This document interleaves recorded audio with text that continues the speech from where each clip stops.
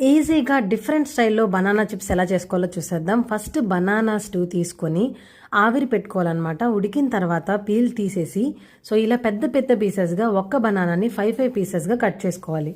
Cut చేసుకున్న బనానాని medium ఫ్లేమ్లో 50% roast అయ్యేలాగా ఉండనివ్వాలి. ఇక్కడ మనం 2 టైమ్స్ ఫ్రై చేయాల్సి వస్తుంది. ఫస్ట్ 50% ఇలా ఫ్రై అయిన తర్వాత తీసి పక్కన పెట్టుకోవాలి. ఈ ఫ్రై అనేది మీడియం ఫ్లేమ్లోనే పెట్టుకోండి. లో ఫ్లేమ్లో అన్నా ఉడకదు, హై ఫ్లేమ్లో అయినా పైన మాడిపోయే ఛాన్సెస్ ఉంటాయి. ఇలా పక్కకు తీసి పెట్టుకుని దాన్ని ఏం చేయాలి అంటే, ఏదైనా ఒక చిన్న మీ చేత్తో కానీ కొంచెం ఆరిన తర్వాత, లేదంటే ఈ కవ్వం గుత్తి పప్పు గుత్తి ఉంటుంది కదా, దాంతో కొంచెం స్క్వీజ్ చేసినట్టుగా ఈ సెక్షన్లో రావాలన్నమాట, ఇలా షేప్స్లో. అప్పుడు అది కొంచెం పల్సగా అయ్యి మనకి రోస్ట్ అవ్వడానికి చాలా ఈజీగా ఉంటుంది. ఇలానే అన్ని బనానా పీసెస్ని బాగా ఫ్రై చేసుకొనివ్వాలి. సెకండ్ ఫ్రై అనేది స్టార్ట్ చేయాలన్నమాట. అలా స్క్వీజ్ చేసుకున్న ఐటమ్స్ ఇలా ఫ్రై అయినవి చాలా క్రిస్పీగా ఉంటాయి.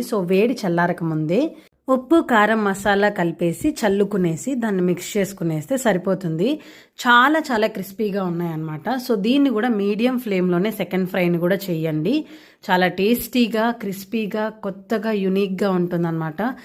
అండ్ మీకు ఎలా ఉంటుందంటే, మీకు ఏదైనా చేసుకోవాలి అన్నప్పుడు జస్ట్ ఈజీ ప్రాసెస్ అనేటట్టుగా ఉంటుంది. 2 బనానా తీసుకొని ఇలా చేసుకునేస్తే నలుగురికి హ్యాపీగా సరిపోతుంది. ఇంకెందుకు ఆలస్యం, ట్రై చేసేసి మీ ఫ్రెండ్స్కి కూడా షేర్ చేసేయండి. సబ్స్క్రైబ్ చేసుకోవడం మర్చిపోకండి. టాటా.